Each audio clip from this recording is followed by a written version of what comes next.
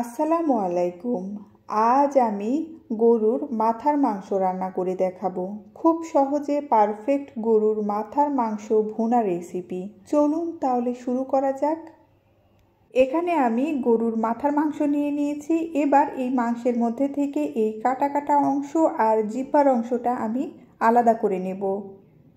প্রথমে এই মাংসগুলো আমি গরম পানি দিয়ে পরিষ্কার করে নেব। দেখুন আমি একটি বাটির মধ্যে মাংসগুলো নিয়ে নিয়েছি। এবার এর মধ্যে দিয়ে দেব গরম পানি। 2 মিনিটের মতো মাংসগুলো ভিজিয়ে রেখে দেব। এবার হাত দিয়ে মাংসের ওপরের যে সাদা চামড়াটা এইটা উঠিয়ে নেব। দেখুন টান দিলে এমনভাবে উঠে চলে আসবে। সবগুলো মাংসই এমনভাবে ছাড়িয়ে নেব। আমি মাংসগুলো পরিষ্কার করে নিয়েছি। এবার সবগুলো মাংস হালকা গরম পানি দিয়ে একবার ধুয়ে নেব আর নর্মাল পানি দিয়ে 4-5 বার ধুয়ে নেব। গরুর মাথার মাংসটা পিচ্ছিল হয়, এ কারণে হালকা গরম পানি দিয়ে একবার মাংসটা ধুয়ে নিলে এই পিচ্ছিল ভাবটা আর থাকবে না। আমি চুলায় একটি প্যান বসিয়ে দিয়েছি। এর মধ্যে দিয়ে দেব পেঁয়াজ কুচি, দিয়ে দেব 3-4টা শুকনো মরিচ, তেজপাতা, এলাচ, দারচিনি, লবঙ্গ, দিয়ে দেব অল্প পরিমাণে গোটা জিরে, দিয়ে দেব তেল। এবার অল্প আঁচে নেড়েচেড়ে পেঁয়াজ হালকা করে ভেজে নেব। পেঁয়াজ হালকা একটু নরম হয়ে আসলে এর মধ্যে দিয়ে দেব অল্প পরিমাণে পানি, দিয়ে দেব আদা, রসুন, জিরে বাটা, দিয়ে দেব মরিচের গুঁড়ো, হলুদের গুঁড়ো, গরম মশলা গুঁড়ো, দিয়ে দেব স্বাদ অনুযায়ী লবণ। এবার নেড়েচেড়ে সব কিছু ভালো মতো মিশিয়ে নেব। মশলাটা কষানোর জন্য অল্প পরিমাণে পানি দিয়ে দেব। পানির সাথে মশলাটা ভালো মতো মিশিয়ে নেব।